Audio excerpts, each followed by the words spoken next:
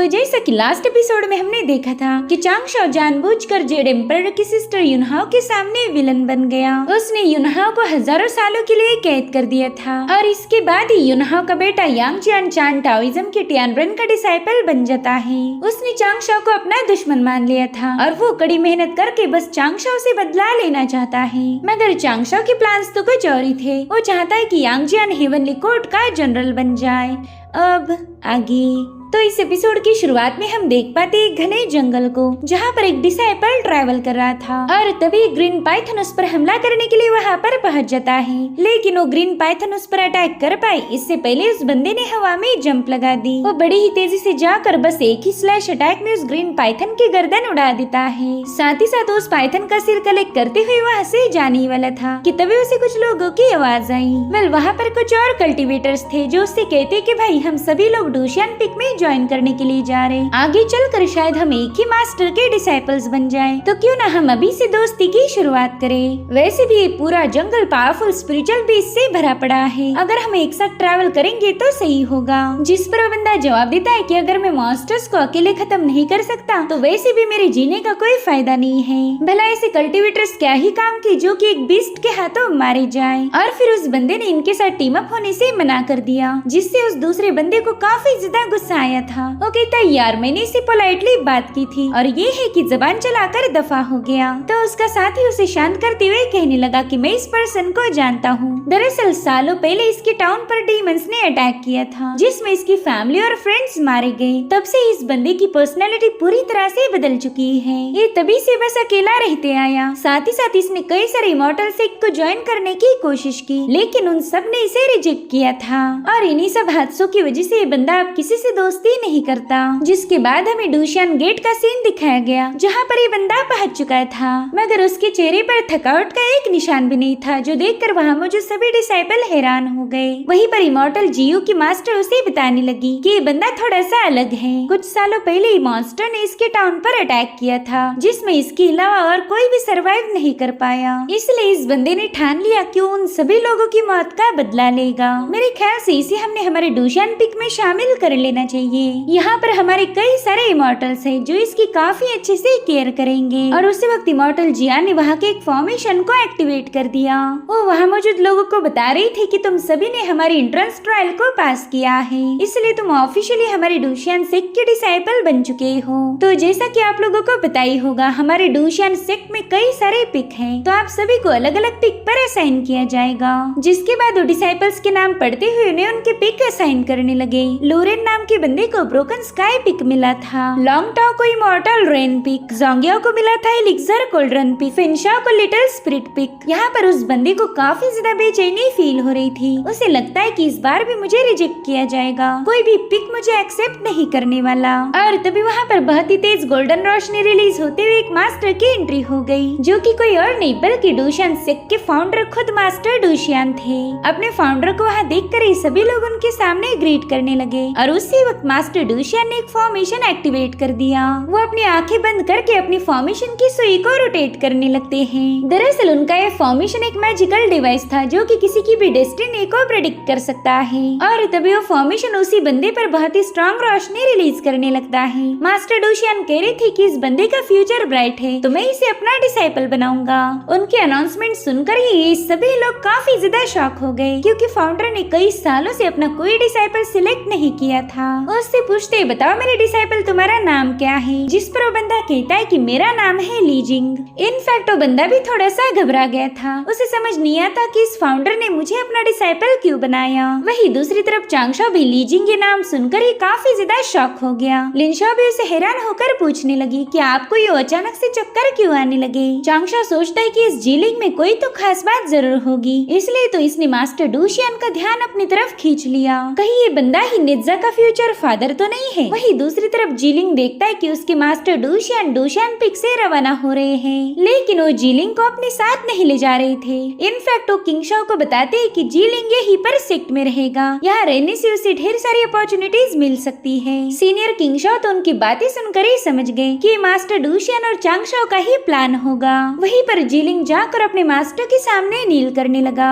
उसे उम्मीद थी कि मास्टर डूशियान उसे अपने साथ ले जाएंगे लेकिन मास्टर डूशियान का ऐसा कोई इरादा नहीं था। वो अपना एक स्वॉर्ड ट्रेजर बाहर निकालते हुए जीलिंग को बताने लगे कि इसे मैंने हजारों सालों से प्रैक्टिस करके प्रिपेयर किया है और आज मैं ये स्वॉर्ड मैनुअल अपने डिसाइपल को देना चाहता हूँ। मैं कुछ सालों तक यहाँ पर नहीं रहूंगा, तो मैं चाहता हूँ कि तुम मेरे एब्सेंस में कड़ी प्रैक्टिस करो। वहीं पर जीलिंग उस मैनुअल को रिसीव करते हुए सोचता है कि मास्टर ने मुझे अपना डिसाइपल तो बना लिया, लेकिन शायद उन्हें लगता है कि मैं काफी ज्यादा कमजोर हूँ, इसलिए तो वो मुझे अपने साथ नहीं ले जा रहे। अब मास्टर डूशियन के वहाँ से जाते ही सीनियर किंगशॉ जीलिंग से कहने लगे कि तुम बिल्कुल टेंशन मत लो, हमारे मास्टर बेवजह कोई चीज नहीं करते। अगर उन्होंने तुम्हें यहाँ पर अकेला छोड़ा है तो जरूर से इसके पीछे उनका कोई प्लान होगा। तो जीलिंग भी उनकी बात समझ गया। वही दूसरी तरफ चांगशा अभी भी जीलिंग के बारे में ही सोच रहा था। वो कहता है कि मुझे जीलिंग के फ्यूचर के बारे में पता है, ये बंदा नेत्जा को ट्रेन करने में फेल हो गया था। नेत्जा जो कि इमॉर्टल टाई का डिसाइपल बनेगा। आगे चलकर यही नेत्जा जाई से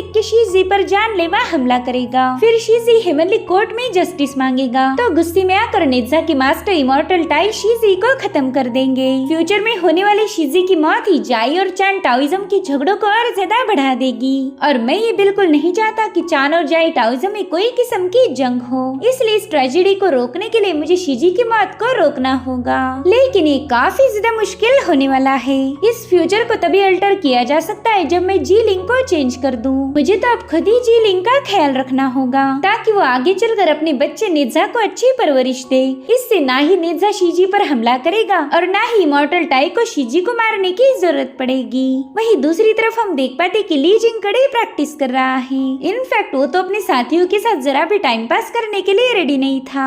अगर कोई उससे बात करने भी आया तो उनसे कहता कि मैंने अभी तक स्वॉर्ड मैनुअल को प्रैक्टिस नहीं किया, इसलिए तब तक मैं कोई टाइम पास नहीं करने वाला। अब चांगशा उसका ये रवैया देखकर सीधा सीनियर किंगशॉ से मिलने के लिए पहुंच गया। सीनियर किंगशॉ से बता रही थी कि ली जिंग बहुत ही ज्यादा सीरियस बंदा है। वो बंदा ना ही किसी के साथ ज्यादा बात करता है और ना ही किसी के साथ घुल मिलता है। अगर सच कहूँ तो मैंने आज तक इतने सीरियस बंदे से डील नहीं की थी। तो चांगशॉ से कहता है कि सीनियर आप तो उस ली जिंग का कुछ ज्यादा ही टेंशन ले रहे हो। मैं मानता हूँ कि वो बंदा थोड़ा सा अजीब है, लेकिन इसमें उसकी कोई गलती नहीं। आफ्टर ऑल उसका बचपन काफी ज्यादा ट्रेजिक रहा। उस बच्चे ने कई सारी मुश्किलों का सामना किया है, जिसके चलते उसने अपने अंदर एक सेल्फ पनिशिंग रिप्रेस पर्सनालिटी को डेवलप किया है। ऐसे लोग हमेशा खुद को ही पनिश करते हैं और अगर उसकी पर्सनालिटी हमने चेंज नहीं की तो उसका फ्यूचर बर्बाद हो जाएगा। जिस पर सीनियर किंगशॉ कहते कि मुझे तो कुछ भी समझ नहीं आ रहा कि मैं ली जिंग को हैंडल कैसे करूंगा। अगर इस मैटर में कोई मेरी हेल्प कर सकता है तो वो तुम हो। क्या तुम्हारे पास कोई आइडियाज है जिसका यूज करके हम ली जिंग को चेंज कर दे? जिस पर चांगशॉ कहता है कि ली जिंग को कभी भी अपने माँ बाप का प्यार नहीं मिला, तो क्यों ना हम उसे एक प्यार ऐसे कपल के पास भेजे। उन दोनों का आपस में प्यार और बॉन्ड देखकर ली जिंग का नजरिया बदल जाएगा।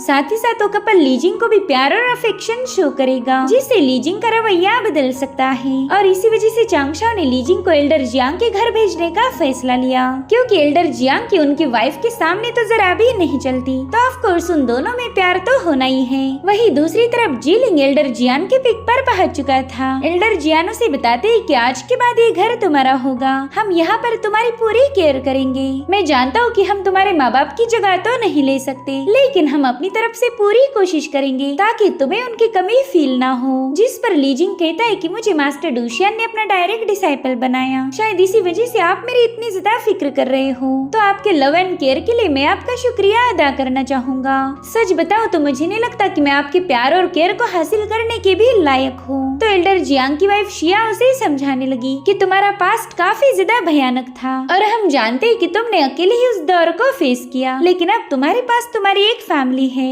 इसलिए अब आगे चलकर चाहे कोई भी मुश्किल क्यों ना आए हम उसे मिलकर फेस करेंगे। वेल मास्टर डूशियन की तुम्हें सिलेक्ट करने से पहले ही मेरी तुम पर नजर गई थी और उसी वक्त मैंने डिसाइड किया था कि मैं तुम्हें अपने साथ यहाँ लाऊंगी। ली जिंग को तो एक लंबे अरसे के बाद फैमिली का प्यार मिला था, जिससे वो काफी ज्यादा इमोशनल हो गया और कुछ ही दिनों के अंदर ली जिंग का इन दोनों के साथ काफी अच्छा रिश्ता बन गया। वो दोनों भी ली जिंग की प्रैक्टिस में मदद किया करते, जिसके चलते ली जिंग का रवैया बदलने लगा। अब वो अपने दोस्तों के साथ भी टाइम बिताया करता। चांगशॉ भी ली जिंग की इस इम्प्रूवमेंट को देखकर काफी ज्यादा खुश था। वो कहता है कि एल्डर जियांग और उनकी वाइफ ने तो कमाल कर दिया, लेकिन वो नोटिस करता है कि ली जिंग अभी भी काफी ज्यादा रूड है। वो तो मजाक में की गई फाइट को भी सीरियसली लेता था। साथ ही साथ चांगशॉ ने ये भी नोटिस किया कि ये बंदा ब्रेक थ्रू करने के कगार पर है, लेकिन अभी तक उसकी मेरिडियंस ठीक से ओपन नहीं हुई थी। इसलिए वो कहते चल बच्चे अब मैं ही तेरी मेरिडियंस ओपन करने में हेल्प करूंगा।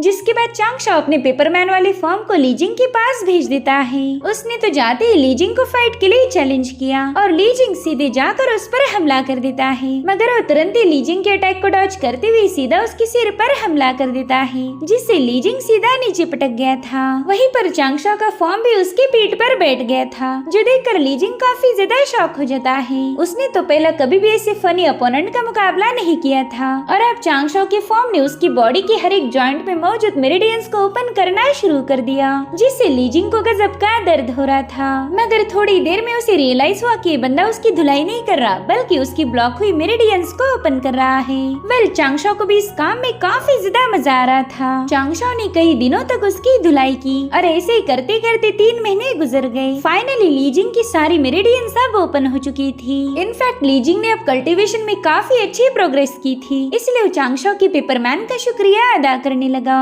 ओके ताई सीनियर, आपने मुझ पर बहुत बड़ा एहसान किया है, लेकिन मुझे एक बात समझ नहीं आ रही कि आपने मुझे ही क्यों चुना। तो कहता है कि मैं तो जेड एम्परर के बिहाफ में यहाँ आया हूँ। मैं हूँ हेवनली कोर्ट का वाटर गॉड। वाटर गॉड का नाम सुनते ही लीजिंग काफी ज्यादा हैरान हो गया। वो कहता है कि वो तो सेंट टाइचिंग के सेकंड डिसाइपल है। इतना ही नहीं, हेवनली कोर्ट में भी उनकी काफी पावरफुल पोजीशन है। मुझे तो अभी तक यकीन नहीं हो रहा कि खुद वाटर गॉड ने मेरी मदद की। वहीं पर चांगशाओ में लीजिंग के फ्यूचर के बारे में इंफॉर्मेशन देता है। अकॉर्डिंग टू स्क्रिप्चर इस बंदे के 2 मास्टर्स होंगे। एक तो है ह्यूमन सेक्ट के मास्टर डूशियान और इसका अगला मास्टर होगा चान टाओइज्म का रेंडिंग। फ्यूचर में लीजिंग की नेत्जा से मुलाकात होगी और तब रेंडिंग इन दोनों को काफी अच्छे से मैनिपुलेट करेगा। मगर मैंने अब लीजिंग की मदद करके उसके दिल में हेवनली कोर्ट के लिए रिस्पेक्ट डाल दी है, इसलिए रेंडिंग चाहकर भी आगे चलकर उसे मैनिपुलेट नहीं कर पाएगा। साथ ही साथ चांगशाओ ने लीजिंग को कुछ मैनुअल्स भी दे दिए थे। वो कहता है कि इन बुक्स को मैंने खुद अपने हाथों से लिखा और आगे की जर्नी में ये तुम्हारे काफी ज्यादा काम आएंगे। तो लीजिंग वो सारे बुक्स इमॉर्टल किंग शाओ को शो करता है। वो कह रहा था कि वाटर गॉड ने मेरी हेल्प तो जरूर की, लेकिन उन्होंने पता नहीं क्यों मुझे अजीब सी किताबें गिफ्ट कर दी। किंग शाओ देखते हैं कि वो सारी किताबें एक अच्छा फादर कैसे बना जाए उस पर लिखी गई है, जिनमें से पहले बुक का नाम था एक सक्सेसफुल फादर, दूसरी बुक का नाम था फादर का प्यार एक माउंटेन से कम नहीं होता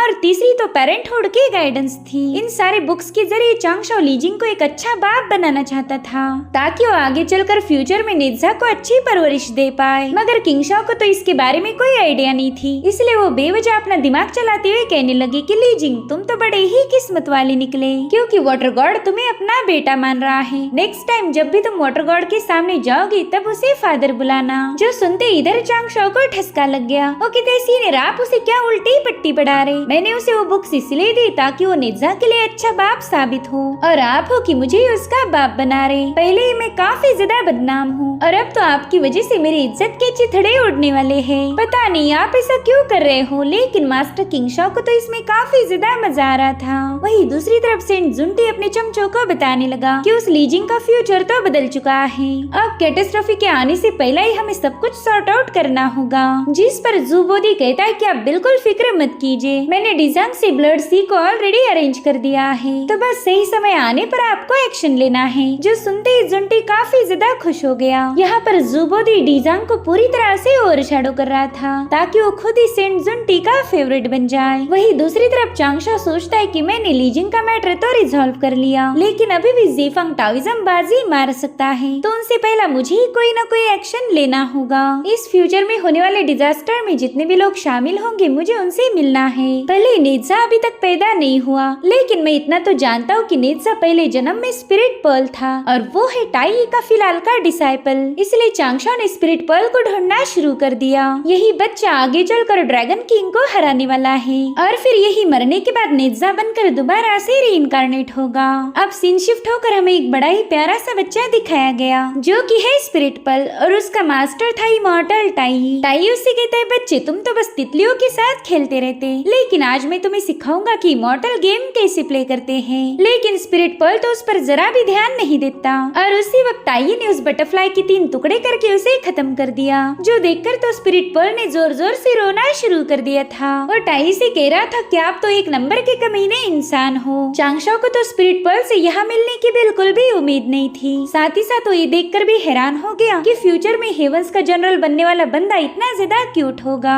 ये तो लड़कियों जैसी आंसू की नदियाँ बहा रहा है। तभी युंडिंग जानरन चांगशाओ को बताते हैं कि टाई इस बच्चे को ढंग से ट्रेनिंग नहीं दे पा रहा। वो कुछ ऐसी हरकतें करता है जिससे स्पिरिट पर्ल को बुरा लगे। फिर ये बच्चा रोता है और उसे मनाने में ही टाई का सारा वक्त जाया हो जाता। इस बेवकूफ टाई को तो इतना भी पता नहीं कि अपने डिसाइपल को ट्रेनिंग कैसी दी जाए। मेरे ख्याल से स्पिरिट पर्ल से ज्यादा तो इस टाई को ही ट्रेनिंग की जरूरत है। वहीं पर टाई अपना सिर पकड़कर बेबस होकर बैठ गया था। इधर जैनरन बताते हैं कि स्पिरिट पर्ल कुनलुन माउंटेन्स के ट्रेजर पूल से क्रिएट हुआ है। शुरू में तो ये बच्चा बस एक छोटा सा पर्ल था और फिर एंशिएंट टाइम से ही उसने सन और मून की पावर को एब्जॉर्ब करना शुरू कर दिया, जिसके चलते हजारों सालों बाद इस पर्ल को कॉन्शियसनेस गेन हुई। साथ ही हमारे मास्टर ने हमें बताया था कि स्पिरिट पर्ल का ओरिजिन प्योर है। तो टाई ने अपनी मैजिकल पावर का यूज करते हुए स्पिरिट पर्ल को एक ह्यूमन फॉर्म में बदल दिया और तभी से ये बच्चा टाई का डिसाइपल बन गया। मगर ये किसे पता था कि स्पिरिट पर्ल का नेचर इतना ज्यादा सॉफ्ट होगा। ये बच्चा तो जरा जरा सी बात पर रो देता है। इधर टाई भी खुद को कोसते हुए कहने लगा कि पता नहीं मैंने ऐसा कौन सा पाप किया था जो कि ये बच्चा मेरा डिसाइपल बन गया। ये तो बस रोने का काम करता है। जिसके बाद चांगशाओ को कस के पकड़कर कहने लगा कि भाई अब तुम ही मेरी मदद करो। तीनों सेक्ट में अगर कोई ज्यादा स्मार्ट है तो तुम हो। तुम तो जरूर से जानते होंगे कि इस रोतड़े बच्चे को स्ट्रॉन्ग कैसे बनाया जाए। जो सुनते ही चांगशाओ दिल में कहने लगा कि आगे चलकर यही टाई शीजी को जलाकर राख करने वाला है। तो इसी पॉइंट से जाई और चान टाओइज्म की जंग की शुरुआत होगी। सो अगर अभी मैंने इसकी मदद की तो मेरा इस पर एक एहसान बन जाएगा। फिर मैं भी इसी शीजी को जिंदा छोड़ने के लिए बोल सकता हूँ और मेरा टाई पर एहसान होने की वजह से टाई को भी मेरी बात माननी पड़ेगी। तभी टाई कहते चांगशाओ पता नहीं क्यों लेकिन मुझे तुम्हारी शक्ल देख के ऐसा फील हो रहा कि तुम स्पिरिट पर्ल की मदद कैसे की जाए इसके बारे में बिल्कुल नहीं सोच रहे, बल्कि तुम तो इस एहसान के बदले मुझसे क्या चाहोगे इसके बारे में सोच रहे हो। टाई ने तो चांगशाओ को एक ही सेकंड में पकड़ लिया था, जिससे बेचारे चांगशाओ के पसीने छूटने लगे। इसलिए अब चांगशाओ भी रज के झूठ बोलने लगा। ओके तो टाई क्या तुम्हें ऐसा लगता है कि मैं तुम्हारे साथ ऐसा बिहेव करूंगा? भाई मैं कोई मतलबी बंदा तो नहीं हूँ। मैं तो तुम्हारी मदद इसलिए करना चाहता हूँ क्योंकि तुम मेरे दोस्त हो और एक फ्रेंड की मदद करना ही तो मेरा फर्ज है। जो सुनते ही टाई काफी ज्यादा खुश हो गया। ओके ताई भाई प्लीज मुझे इस बच्चे से बचा ले और मैं हमेशा तेरे एहसानों के तले दबा रहूंगा। तो चांगशाओ भी उसकी बात मानकर स्पिरिट पर्ल को अपने साथ लेके वहाँ से रवाना हो गया। मगर रास्ते में उसे टाई का वीडियो कॉल आ जाता है। वो चांगशाओ से कह रहा था कि भाई बस इस बात का ख्याल रखना कि बच्चा एक बहादुर कल्टीवेटर बने। अगर ये थोड़ा सा गुस्से वाला और कमीना भी बन गया तो चल जाएगा, लेकिन मैं चाहता हूँ कि ये बच्चा लोगों के लिए मुश्किलें खड़ी कर दे, ये उनकी जिंदगियों को अजाब बना दे। मैं तो चाहता हूँ कि जहाँ जाए वहाँ पर तबाही मचा दे। बेचारा चांगशाओ तो टाई की बातें सुनकर ही अपना सिर पकड़ लेता है। वो कहता है अच्छा हुआ मैं इस बच्चे को टाई के पास से लेके आ गया, वरना वो इस बच्चे को एक कल्टीवेटर तो नहीं मगर एक राक्षस तो जरूर बना देता। मेरे भाई टाई तूने एक रेबल को पैदा किया है, जरूर से ये बच्चा आगे चलकर हेवंस के खिलाफ जाएगा। तब स्पिरिट पर्ल चांगशाओ के पास आकर उससे पूछने लगा कि क्या मैं वाकई इतना ज्यादा बुरा हूँ? शायद मेरे रोने से तंग आकर ही मेरे मास्टर ने मुझसे अपना पीछा छुड़वा लिया। जिस पर चांगशाओ बताता है कि तुम्हारा नेचर बहुत ही ज्यादा शांत और लविंग है। ऐसे नेचर के साथ तो तुम कई सारे प्रॉब्लम्स को बिना लड़ाई झगड़े के रिजॉल्व कर सकते हो, बस तुम्हें अपने तेवर को थोड़ा सा चेंज करना होगा। और हाँ तुम्हें अपने स्मूथ नेचर को अल्टर करने की भी कोई लोड नहीं है। तो बच्चा उससे पूछता है कि सीनियर आखिर स्मूथ नेचर होता क्या है? जिस पर चांगशाओ कहने लगा कि मेरा भी नेचर तुम्हारे जैसा ही स्मूथ है। हमारे जैसे लोग तो बिना पावर्स का यूज किए भी बैटल्स को जीत सकते हैं, मगर इसके लिए बस तुम्हें थोड़ा सा करेजियस बनना होगा। अब चांगशाओ स्पिरिट पर्ल को ट्रेन करने के लिए सिक्स पाथ यानी कि विचेस के डिपार्टमेंट में पहुंच जाता है। वहाँ की पावरफुल विचेस चांगशाओ से कह रहे थे कि कुछ ही दिनों में ये बच्चा हम तुम्हें एकदम स्ट्रॉन्ग बनाकर वापस कर देंगे। मगर उस विच को देखते ही स्पिरिट पर्ल ने रोना शुरू कर दिया। उसे तो इन लोगों से काफी ज्यादा डर लग रहा था, लेकिन फिर एक महीने के अंदर अंदर ही वो इन विचेस की धुलाई करना शुरू कर देता है। वो अकेला बच्चा इन सब विचेस पर भारी पड़ गया था, जो देखकर चांगशाओ सोचता है कि अच्छा हुआ टाई ने ये सब नहीं देखा, वरना वो तो खुशी के मारे ही खत्म हो जाता। इधर स्पिरिट पर्ल का करेज अब बढ़ चुका है, तो चांगशाओ अपने अगले प्लान को इनिशिएट करने लगा, जो कि है सिक्स पाथ के हॉन्टेड हाउस में उसे अकेला भेजना। चांगशाओ ने तो इस हॉन्टेड हाउस के भूतों को थोड़ा सा मेकअप लगा दिया था, साथ ही साथ वो इन भूतों को ट्रेनिंग दे रहा था कि वो और ज्यादा डरावने कैसे लग सकते हैं। उन सभी भूतों को बता रहा था कि तुमने उस बच्चे को फुल टू डराना है, यहाँ का माहौल भी खौफनाक होना चाहिए, तो जल्दी से यहाँ की लाइट को सेटअप करो। साथ ही साथ बैकग्राउंड में बहुत ही डरावना सा म्यूजिक भी प्ले होना चाहिए। अब अपनी पूरी तैयारी होने के बाद चांगशाओ कुछ विचेस के साथ हॉन्टेड हाउस के सामने पहुँच गया। उमा कह रहा था कि ये घर तो बहुत ही ज्यादा डरावना है, इसके अंदर जाने की तो बाबा मुझ में हिम्मत बिल्कुल नहीं। जिस पर जज कहने लगा कि ये घर बिल्कुल भी डरावना नहीं है। रुको, मैं अभी इस घर के अंदर जाके ये बात साबित करता हूँ। मगर बस 2 ही मिनट के बाद वो डर के मारे बाहर आकर रोने लगा। जज तो इतना ज्यादा डर गया था कि वो वुनीमा के गले लगकर जोर जोर से रोने लगा। वो कह रहा था कि आज के बाद तो मैं कभी बहादुरी नहीं दिखाऊंगा। चांगशो की तो उसकी हालत देखकर ही हंसी छूट गई। मगर वो देखता है कि स्पिरिट पर्ल तो जज का काफी ज्यादा मजाक उड़ा रहा है, इसलिए चांगशो ने स्पिरिट पर्ल को उठाकर सीधा उस हॉन्टेड हाउस के अंदर फेंक दिया, जहाँ से तो इन लोगों को बस स्पिरिट पर्ल की चीखें सुनाई दे रही थी। और अब हम देखते हैं कि विच क्लैन के कई सारे लोग एक कतार में रुके हुए हैं। इन सबको भी हॉन्टेड हाउस में जाकर अपनी बहादुरी चेक करनी थी। यानी कि चांगशो की वजह से विच क्लैन का हॉन्टेड हाउस अब एक ही दिन में फेमस हो चुका था। इनफैक्ट जो भी लोग इस हाउस में जाना चाहते हैं उन्हें एक टिकट भी खरीदना था, जिससे विच क्लैन आने वाले फ्यूचर में प्रॉस्परस बनेगा। और तभी वहाँ की सारी जमीन अचानक से शेक होने लगती है। चांगशो भी ये देखकर थोड़ा सा सरप्राइज था, इसीलिए वो अपने डाव पार का यूज करते हुए इस पूरे इलाके को चेक करने लगा। और फिर वहाँ पर चांगशो को नजर आता है एक बहुत ही खतरनाक ब्लड सी, जो कि जीफंग टाओइज्म की ही एक चाल है। और इसी के साथ एपिसोड यहीं पर एंड हो जाता है। Thank you so much for watching. Bye bye, take care.